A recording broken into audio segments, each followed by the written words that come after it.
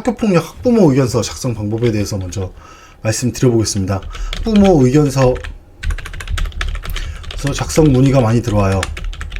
이 학교폭력은 가해자가 문의를 많이 오기 때문에 먼저 가해자 위주로 먼저 알아보고, 영상의 조회수가 많이 나온 피해자의 입장에서도 오늘 쓰는 김에 한 번에 알아볼게요. 일단은 이 학교폭력이라고 하는 거에 대해서는 따로 이야기는 하지 않겠습니다. 워낙 다양하기 때문에 이게 어떻게 정의를 한다 이런 부분은 사실 어려울 수 있어요.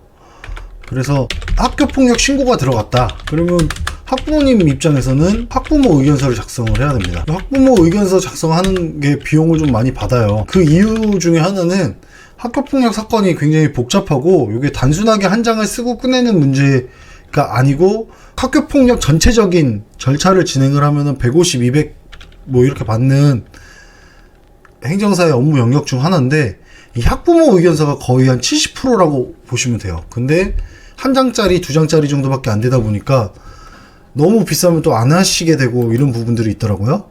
그래서 보호자 확인서에 대해서 한번 먼저 알아볼게요.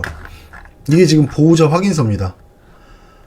통상 양식은 학교에서 이렇게 종이를 2장 찝어서 줄 거예요. 양식을 이렇게 줄 거예요. 그래서 제가 여기서 이렇게 직접 작성을 하는 모습을 보여드릴 건데, 보시고서 참고하셔서 쓰셔도 되고, 사실 그렇게 되면 제 수익이 많이 줄긴 하겠네요. 그래도 대략적으로 설명드리면서 요 부분에 대해서 이제 한번 직접 써보면서 말씀을 드릴게요. 그게 나을 것 같아요. 예. 이제 이거는 땡땡땡 학교는 학교에서 주기 때문에 적혀 있을 겁니다. 가나다 학교. 가나다 학교 없겠죠? 그냥 건어더 학교라고 하겠습니다. 건어더 학교고, 2023년이면 뭐 지금 한 뭐 10호 뭐 이 정도 되겠죠? 그럼 여기 안내사항 나와 있잖아요. 본 확인서는 학교폭력 사안 조사를 위한 것입니다. 자녀와 상대방 학생에 관련된 객관적인 정보를 제공해 주셨으면 합니다. 사안 해결을 위해 학교는 객관적이고 적극적인 자세로 임할 것입니다. 학교는 필요시 관련 학생 및 보호자에게 관계조정 프로그램에 대해 안내할 수 있습니다. 피해 학생은 사안과 관련해서 학교폭력 예방법 제13조 사항에 따라 심의위원회 개최 요청 시에 아동심리 관련 전문가 등의 의견을 청취를 요청하실 수 있습니다. 간단하게 학생 성명 건어더니까 너더러 2학년 3반 뭐 이렇게 적으시면 되고, 성별은 남녀 적으시면 돼요. 그러면 사안인지 경위 이제 적어야 됩니다. 사안인지 경위는 그대로 적으면 됩니다. 뭐 몇 월 며칠 딸이 아이가 학교에서 복귀한 이후 눈물을 흘리고 있어. 확인해 보니 땡땡땡 땡 뭐 땡땡땡 뭐 슛슛슛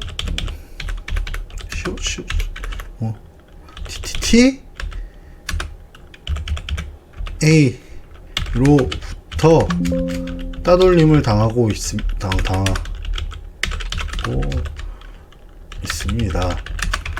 뭐 이렇게 쓰시면 그냥 아시는 대로 쓰시면 돼요. 아니면 땡월 땡일 학교폭력 담당 선생님 땡땡땡에게 전화를 받아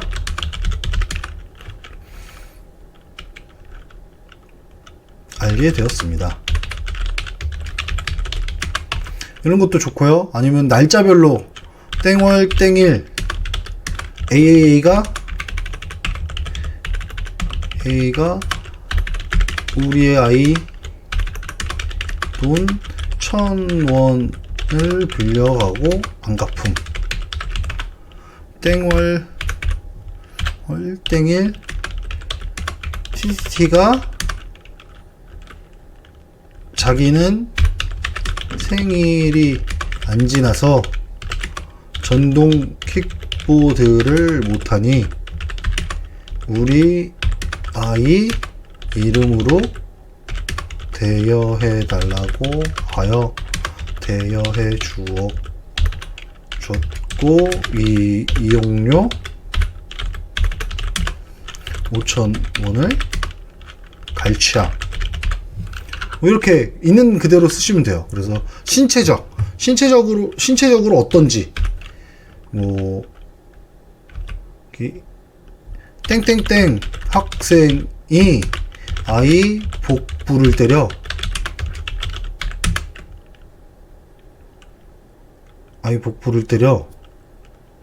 뭐 진단서를 받았다. 아니면 뭐 특이사항 없다. 정신적도 있는 그대로 쓰면 돼요. 친한 친구들로부터 구타를 당해 괴로워한다. 여기 지금 피해자 입장에서 쓴 거고, 가해자라고 하면은 그 가해 사실에 대해서 적으면 돼요. 1,000원을 빌려가서 뭐 안 빌렸으나 깜빡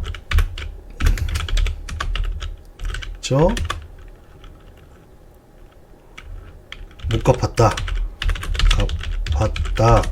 그러면 요 못 갚았다가 있으면 반드시 중요한 거는 땡월 땡일 갚았다. 요거를 꼭 넣어야 돼요. 맞죠? 마찬가지로 뭐 정동 키보드를 빌려 탔는데 그 돈을 안 줘서 학교폭력에 신고가 됐다 그러면 요거는 최대한 빨리 갚는 게 맞습니다. 그래야 처벌 수위가 낮아집니다. 그리고 가해 학생의 경우는 신체적으로 뭐 특이사항 없겠죠. 자, 그리고 정신적으로도 사실 크게 특이사항은 없는 경우가 많습니다. 그래도 요 부분 뭐 작성해 주는 게 좋아요. 힘들어한다. 친구를 괴롭힌 죄책감으로 힘들어한다.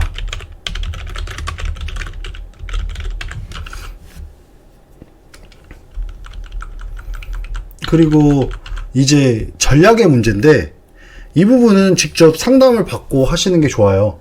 그러니까 여학생들 같은 경우는 신체적인 폭력은 생각보다 많이 없어요.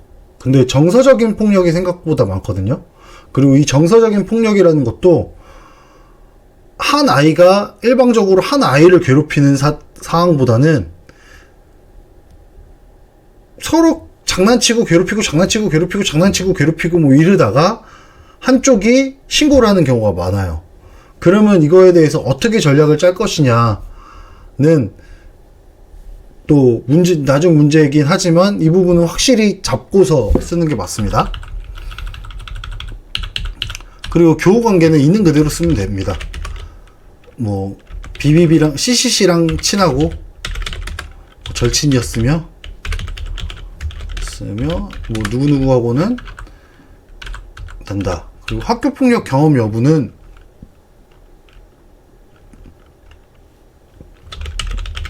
가해자 피해자가 나뉘어지는데요.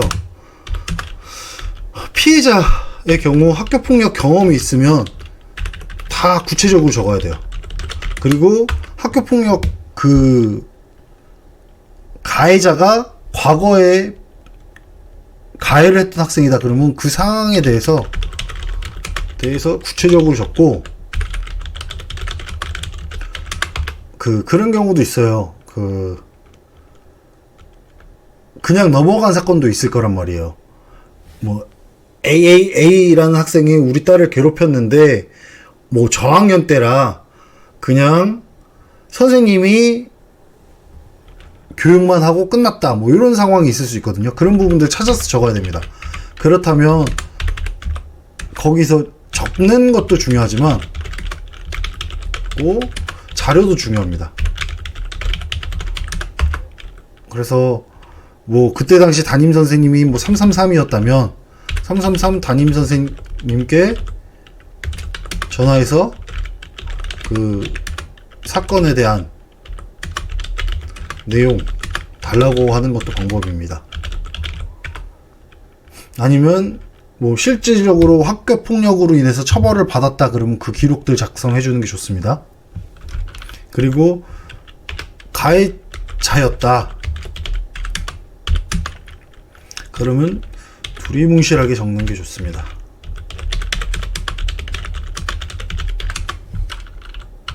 예. 그리고 이제 그 다음 자녀 확인 내용인데 이 부분을 구체적으로 적어야 됩니다.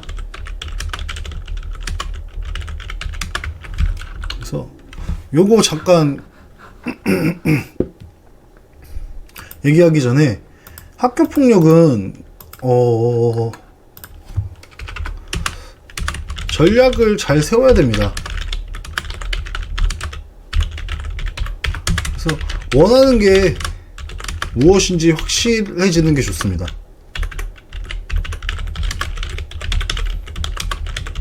우리 애가 가해자다. 그러면 가해 상황을 최소화시켜서 처벌을 적게 받을 것이냐, 아니면 가해 상황이 없다는 것을 증명하거나, 이 부분들을 맞춰서 해야 돼요. 그래서 이게 참 되게 어렵긴 한데, 요 부분 관련돼서 조금 더 깊게 말씀드리면, 그 학교폭력 대책 심의위원들도 사람이라는 거죠.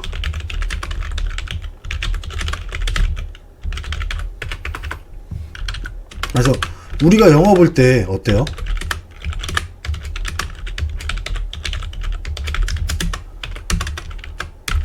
악역이 여러 명이면 재미없어서 못 봅니다.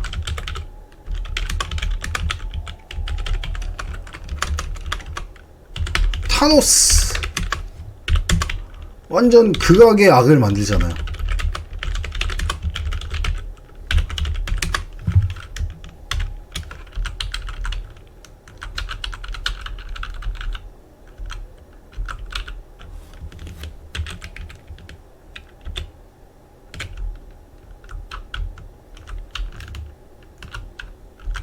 그게 악을 만든다. 그런 영화들이 이제 잘 되고 하는 이유 중에 하나가 뭐냐면, 사람은 그 집중할 수 있는 범위가 한정되어 있다는 거예요. 그래서 정말 나쁜 놈, 저 나쁜 놈 욕하면서 봐야 스토리도 이해가 잘 되고 재밌다고 느껴지는 부분들이 있는 거거든요. 아니면 그게 아니라면 반전을 확 띄우는 영화나 이런 게 재밌는데, 이 그 학교폭력을 심의하는 위원들 자체들도 사람이기 때문에 이 스토리 라인에 대해서 좀 선입견을 갖고 보는 경향이 있어요. 이 얘기를 왜 드리냐면, 이게 참 그래요. 사실 우리 아이가 처벌을 적게 받으려면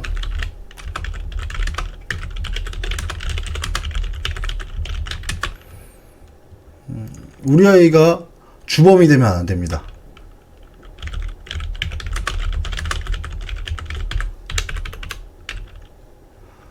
주범이 되면 안 된다. 즉, 뭐 4명이서 1명을 괴롭혔고, 그 4명 중 1명이 우리 아이라면,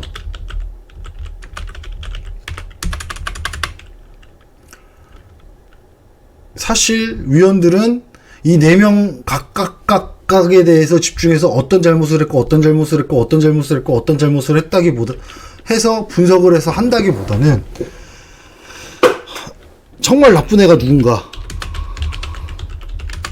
누구인가에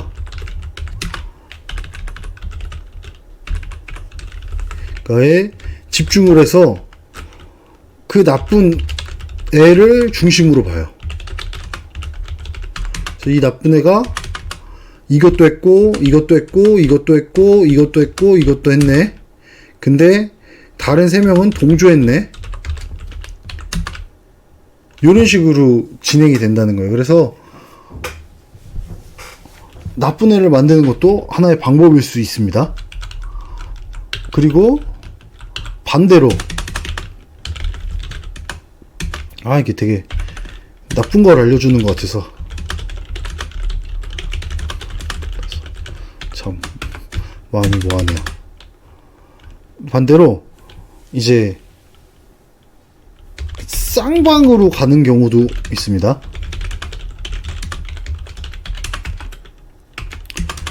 이게 뚜렷하지 않은 경우가 있어요.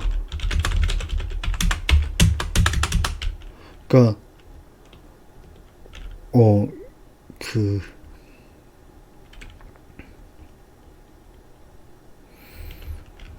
A와 B가 있다면 A가 B를 괴롭혔어요. 그러면 참 이거 우리나라 법적으로도 문제긴 한데, B가 가만히 당하는 경우면 A는 가해자, B는 피해자가 될 텐데, 사실은 A가 괴롭히면 B도 저항을 한다는 거죠. 만약 예를 들어 때리면, 뭐야 왜 때려 새끼야, 때리지 마, 선생님한테 이른다, 뭐 이런 식으로 대항을 할 수도 있는 거고, 얘가 때리면 너 때렸어? 나도 때려, 그러면서 또 때렸을 수도 있는 겁니다. 그리고 뭐 예를 들어 A, B, C가 D라는 학생을 괴롭혔을 때 마찬가지로 A, B, C가 괴롭혔지만 D 학생도 뭔가 대항을 했을 거라는 거예요. 그러면 이런 경우는 쌍방으로 가야 되는 경우도 있습니다. 그 부분, 그리고 이제 진짜 이건 되게 악질적인 경우인데, 요런 케이스는 진짜 없어야죠. 요 A, B, C, D가 D를 괴롭히면서 반대로 D를 학폭 가해자로 A, B, C가 신고를 하는 경우도 있습니다. 피해자가 가해자가 된 경우, 이런 경우는 증거가 확실하지 않으면 뒤집기 되게 힘듭니다. 왜냐면 A, B, C는 가해 입장이었기 때문에 그 상황들에 대해서 본인들 유리하게 진술하고 머리가 돌아갈 생각이 납니다. 근데 D의 경우는 피해자이기 때문에 개인적으로도 심리적인 충격이 있었을 거고, 그 상황에 대해 정확한 판단이나 이런 부분들이 어렵기 때문에 진술이 계속 달라지는 경우가 생겨요. 처음에는 A가 나를 먼저 뭐 머리를 때렸다고 하다가 또 생각해보니까 뭐 B가 내 배를 때린 것 같고, 뭐 C가 내 급소를 때린 것 같고, 뭐 이게 복합적으로 바뀔 수밖에 없습니다. 왜냐면 이게 정확하게 기억하는 상황에서 이거를 기억을 해야 되는데, 여러 명이 괴롭히다 보면은 A가 나를 때린 것 같기도 하고, B가 나를 때린 것 같기도 하고, C가 나를 때린 것 같기도 해서 굉장히 혼란스러워집니다. 그러다 보면 처음에는 A가 때렸다 그랬다가, 또 나중에 가서 조사하면 B가 때렸다 그랬다가, 또 나중에 가서는 C가 때리고 갔다, 뭐 이렇게 진술이 계속 바뀌고 막 이렇게 되다 보니까 심의위원들이나 이걸 조사하는 학교 폭력 담당 선생님조차도 나중에는 얘가 거짓말을 하나? 이렇게 오해를 하고 얘의 진술에 무게를 안 실어주는 경우가 생깁니다. 근데 만약 얘네가 나쁜 애들이면 얘네들은 일관되게 진술을 하겠죠. D가 나한테 뭐 우리 부모 욕을 했다,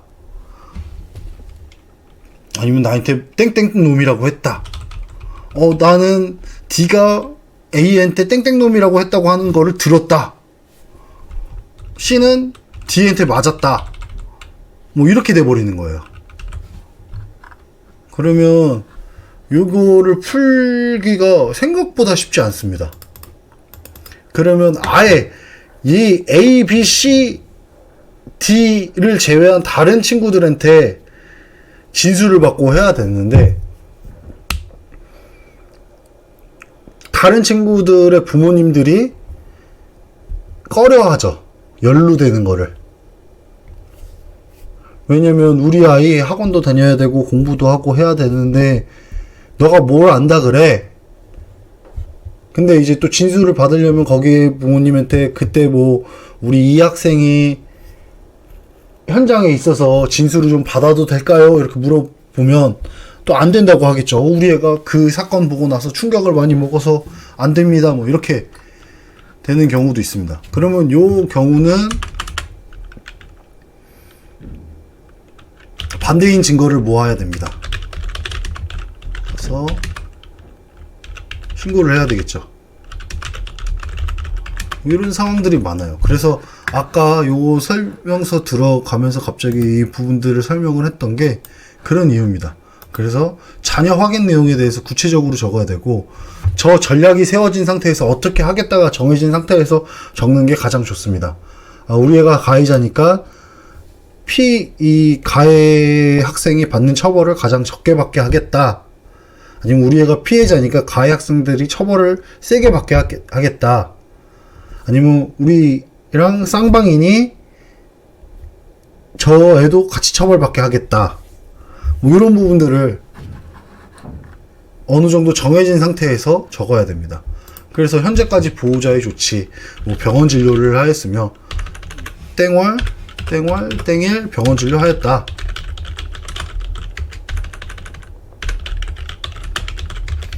여기 또 화해 시도니까 가해자라면 땡월, 땡일 뭐 피해 학생 땡땡땡 부모님께 전화를 드렸으나 받지 않았고, 이에 따라 문자를 보냈습니다. 그러면 이 문자 내용 캡처 떠서 같이 넣으면 되겠죠. 그리고 뭐 사안 해결을 위한 관련 정보 제공, 이 부분들 구체적으로 적으시면 돼요. 사안 우리 아이 말로는 맞을 때 뭐 구구가 같이 있었다. 이름 막 이렇게 99 AACC 이렇게 하는 거 그냥 이해해 주세요. 그냥 생각나는 대로 하는 거니까. 뭐 이런 부분, 우리 아이가 뭐 어떻게 됐다, 뭐 이런 부분들을 적어주는 겁니다. 사안 해결을 위한 관련 정보를 제공을 하는 겁니다. 이때 목격자라든가 CCTV가 있다, 아니면 뭐 통화 녹음 내역이 있다, 문자 내역이 있다, 뭐 이런 것들 다 적어주는 겁니다. 그리고 어려운 점, 이 부분 잘 적어야 됩니다. 그래서 상황에 따라 다른데 가해자라면, 가해 학생이라면 뭐 그런 부분들을 적는 거죠. 뭐 가해 학생이 뭐 여학생한테 성희롱적 발언을 했다 그러면, 뭐 우리 아이가 성적 호기심이 많아, 유튜브를 많이 보고 제가 뭐 맞벌이 부부라 크게 신경을 못 썼습니다.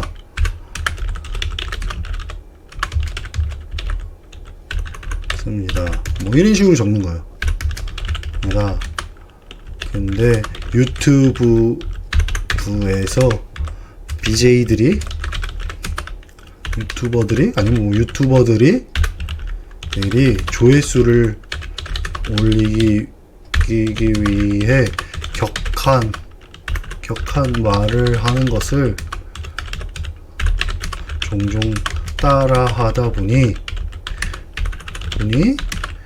본인의 생각과 별개로 들은 소리를 따라 하는 것 같습니다. 그러면서 이제 피해 학생 부모님께 정말 죄스러운 마음이며, 뭐 이렇게 적으면 돼요. 그 상황에 따라 달라지는 거죠. 이제 만약 쌍방으로 갈 거다 그러면 우리 아이한테 들어보니 뭐 상대방도 막 괴롭히고 했는데 왜 신고를 했는지 모르겠다, 뭐 이런 식으로 들어간다고 보시면 돼요.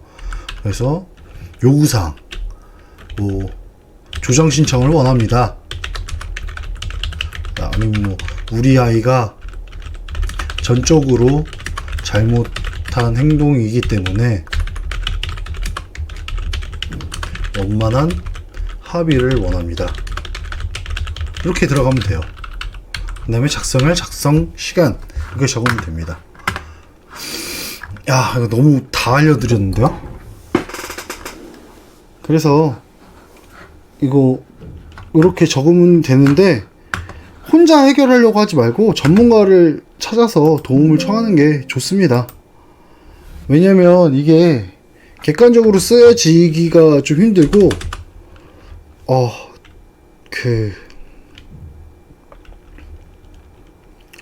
뭐라고 해야 될까요? 예. 학교폭력 특성상 으로 쓰기가 힘들고, 그리고 내용에 대해서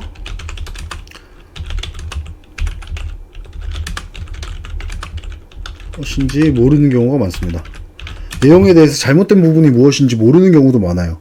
그리고 더 그거는 가해자다 피해자다라고 했을 때 가해 학생의 경우에 해당이 될 텐데 본인이 뭘 잘못했는지 모르는 경우도 많아요.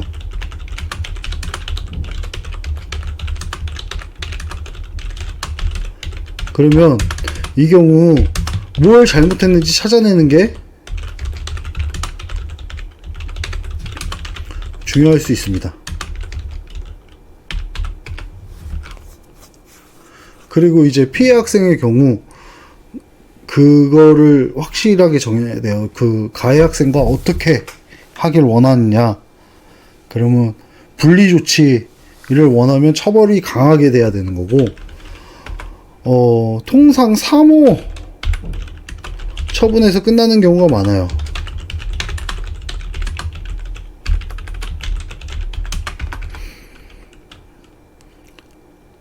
그 이상 처분도 많이 받긴 하는데, 요 처분 선에서 통상 맞춰요.